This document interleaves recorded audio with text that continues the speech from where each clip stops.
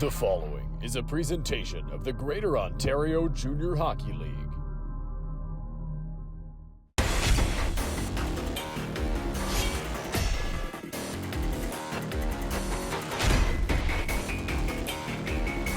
This was the scene just after 5:30 p.m. today in Chatham as fans were lined up outside the Memorial Arena trying to secure their seats for Game 7 of the second round of the GOJHL playoffs. An hour earlier, the Warriors arrived, the spirits high and feeling ready for a do-or-die matchup on the road. Tonight, a Game 7 gets played by the Maroons for the first time in a while. Chatham has not played a Game 7 since 2020, and that was on the road in LaSalle. The last time these fans saw a winner-take-all matchup at the Memorial Arena was March 14th, 2010 against Sarnia in front of 1,854 fans. The Maroons were winners of that first round matchup, and today we'll look to take another win in a winner-take-all game on home ice. If Chatham is to do that, the experience of their captain, Blaine Bassick, will be leaned upon heavily. Bassick in his 20-year-old season has been over a point per game in the playoffs from the blue line with a goal and 11 assists for 12 points in 11 games. Up front, Chatham gets a major boost today. Forward Dylan Richter returns to the lineup in this one for the first time since Game 2 of the series.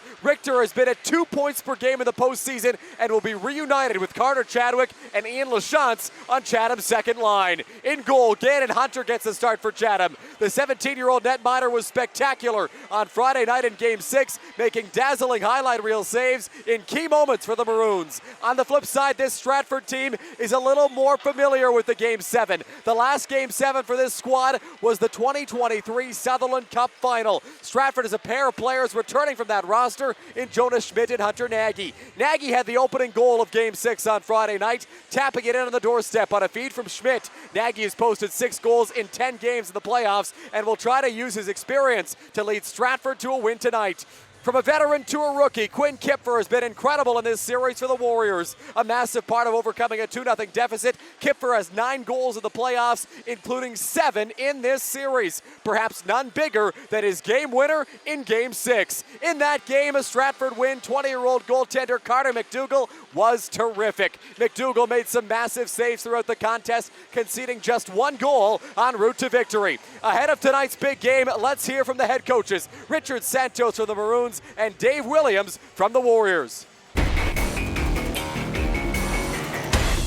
Go into the room and talk to the boys about, going into Game 7. You're in your driveway playing road hockey, and you're scoring that winning goal in Game 7 in playoffs. So these are something that the kids will remember for the rest of their life. And this is something that, as a coaching staff, I'll remember. And you can't get too high and you can't get too low in these type of games. And that's kind of our mindset going in is hard work, tune everything out, get behind the fans, and hopefully we come out with a win. We just got to play to our identity. They're a team that has lots of offense and, some incredibly skilled players that play with lots of pace and speed. And, we're built a little bit differently and have had lots of success this year playing a bit of a different style. So I think it's just really important that our details are incredibly good, and I think both teams are going to want to get to their game right away. I think that first goal is going to be really key for both teams, but you also have to give the message that you have to be adaptable, that if you don't get that first goal, you've got some opportunity here to keep going and have to find a way to win a game tonight. So you just got to find a way to win one game, no matter how you have to do it. Tonight, it's Game 7 of the GOJHL's Western Conference semifinals. For one team, their road to the Sutherland Cup ends tonight. For another, they get a berth in the Western Conference final. Chatham looks to return to the conference final for the first time since they won the West in 2022, while Stratford looks to get into the West final for the first time after an appearance in the Midwest finals last season. It's Chatham, it's Stratford, it's a packed house at the Memorial Arena for Game 7 of the second round of the GOJHL playoffs. And it's a spotlight game from the Maple City. Puck Drop is next on 519 Sports.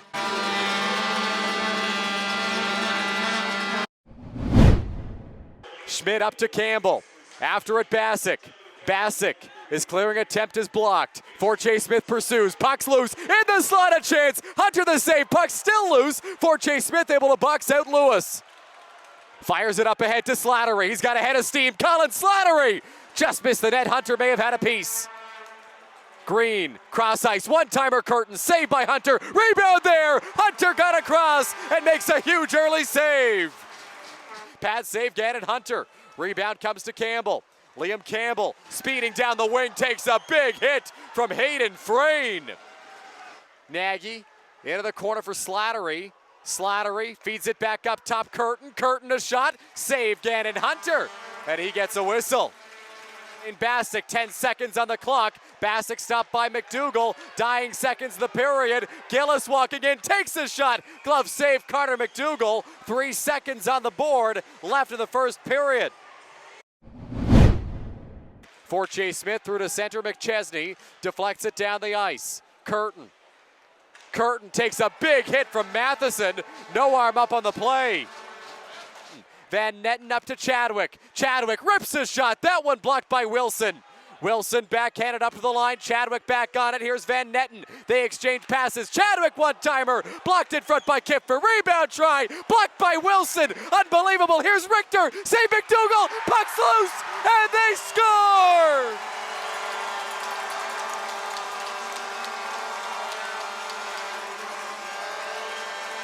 Ian LaChance. Down a glove, and the kid from Timmins opens the scoring. It's 1-0 Maroons. Drops it back to Green. Green fires a shot, sailed it high. It'll come back to Curtin. Curtin at the line. Curtin for Green. One-timer blocked. Rebound there. Just goes wide. What a chance for Caden Long. Campbell looks to sidestep Zanuto. Campbell stops up. Campbell back up to the line. Hodge. Hodge walks the blue, cross ice, Campbell a shot, pass save, rebound loose, it's there for the Warriors, and the puck will come back to the blue line. Now Green gets stripped, here's Brody Gillis. Gillis at the blue line, creates space, Gillis rips a shot through traffic, save McDougall, Campbell stopped, McDougall's got it, and he'll hold on. Van Netten banks it ahead, Matheson. Now McChesney over the blue line, Truby streaking. Truby on the doorstep, he scores!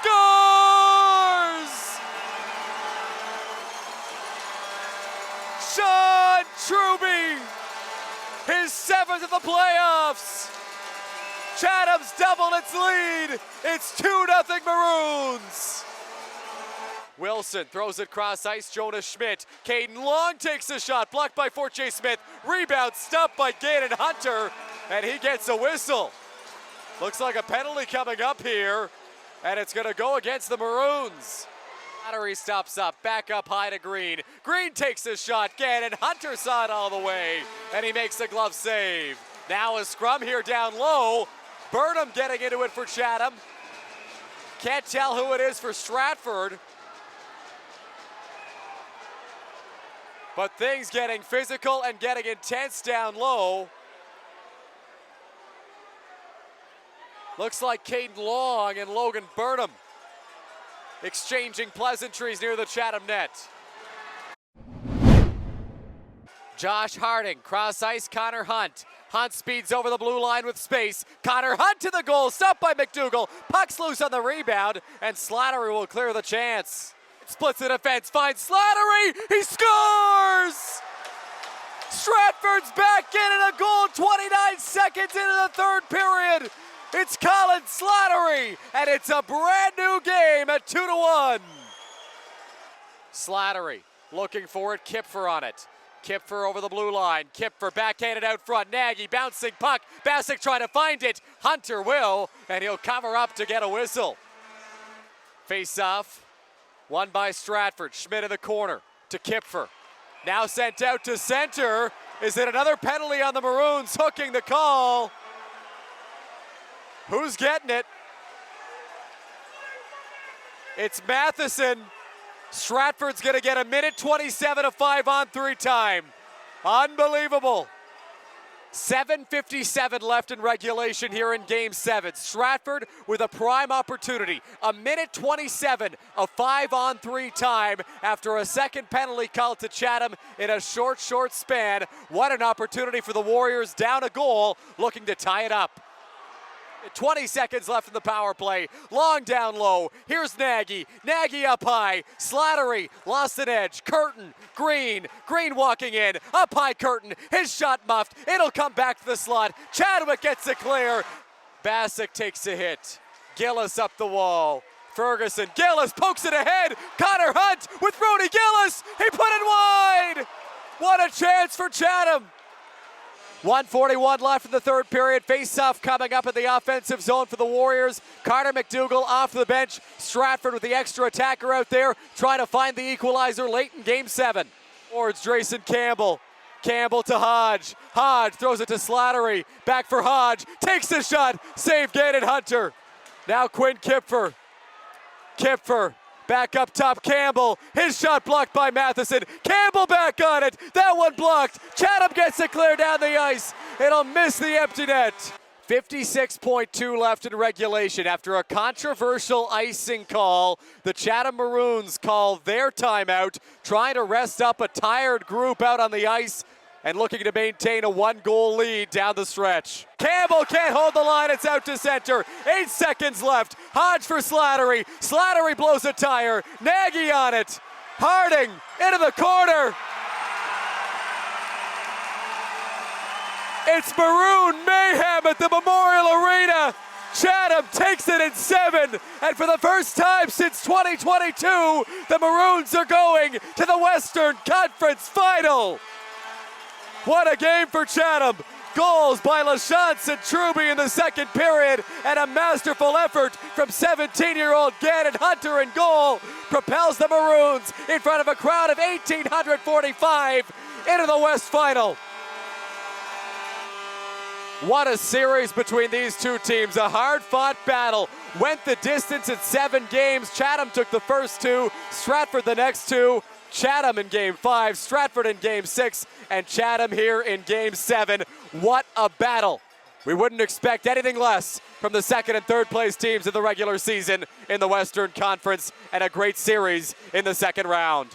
I wasn't really thinking. I kind of blacked out when it happened, but no, I just knew I scored, so I had to sell it. They were a really good team. They battled really hard, and it was a fight. So they're a really good team, and I have a lot of respect for them. Coming into Game 7, emotions were high. We all wanted the end goal, which was a win, and to move on to the Western Conference Final. I mean, it's an honor. We scored the most goals in the regular season, so obviously our offensive power is really high. And coming into a Game 7, I mean, obviously you knew it was going to be a tight game.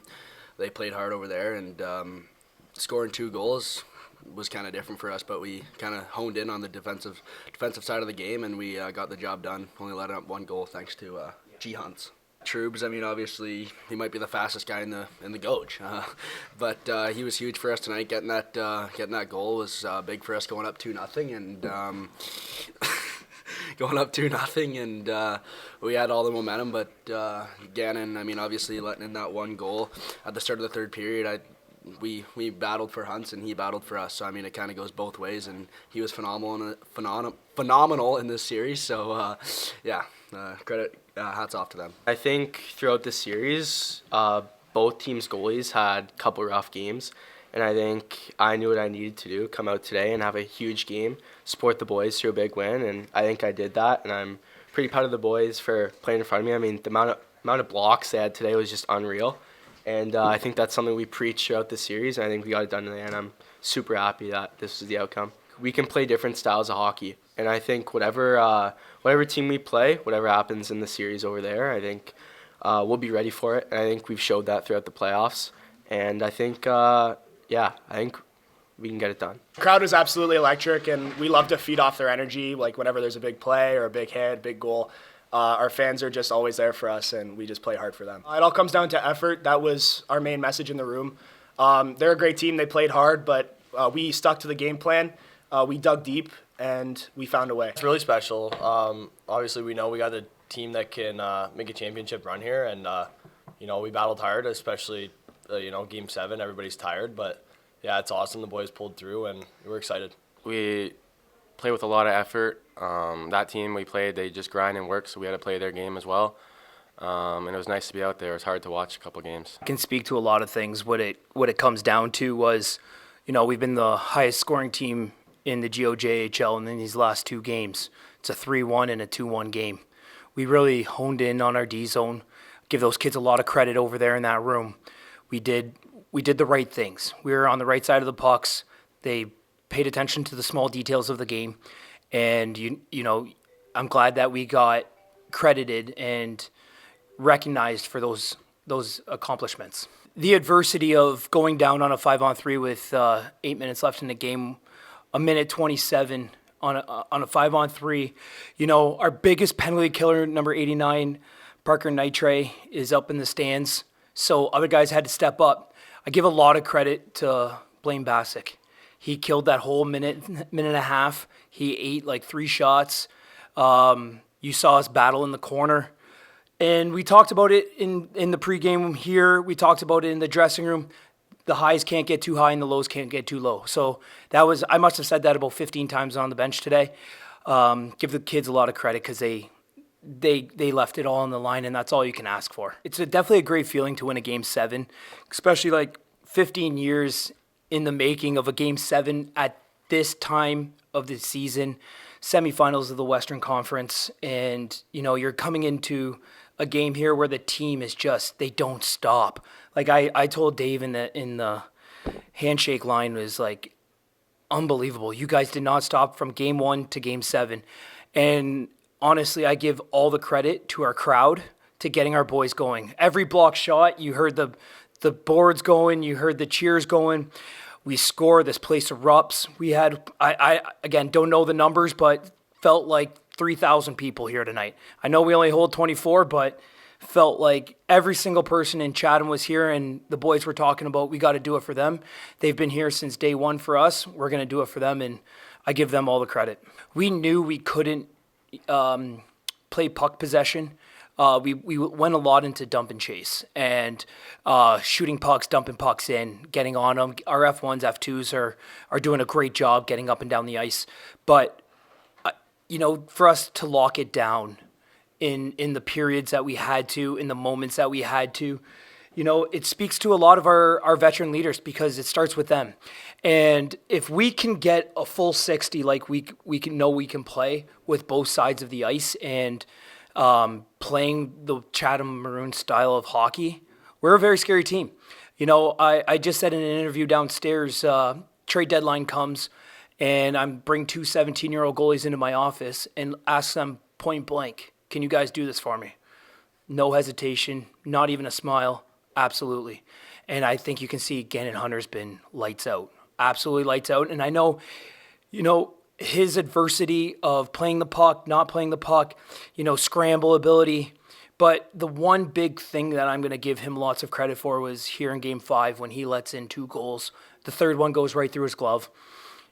He didn't stop. The hustle, the fortitude that he had in him was incredible, and I think our boys picked up off that, and that's why they laid it on the line of blocking shots and getting the D zone in. We felt like in this series we probably played 3 Game 7s, right? We came down here, we could go down 2-0 and had to win. There's no way we were going to go back to Stratford down 3-0, and that probably would have been the end of the series. So, and then Friday night we had to win again to get back here. So, immensely proud of our group. I thought we battled right to the end, right to that final buzzer. We were still trying to get that tying goal. So, as disappointing as it is about with the results, couldn't be more proud of how the group has competed from the start of the season to this point. All 5 guys were key guys, and I think with any organization that has success, you want that culture, and it's usually your veteran guys that come and play a couple years that instill that culture in the next group of guys coming. So those 5 guys, feel a little bit extra for them tonight that their season is ending this way. But again, just talk to them like there's nothing to be embarrassed about. Our season was a great season, and although we don't like the result tonight, I'm not sure that that there was much more we could do to try and win the game here tonight.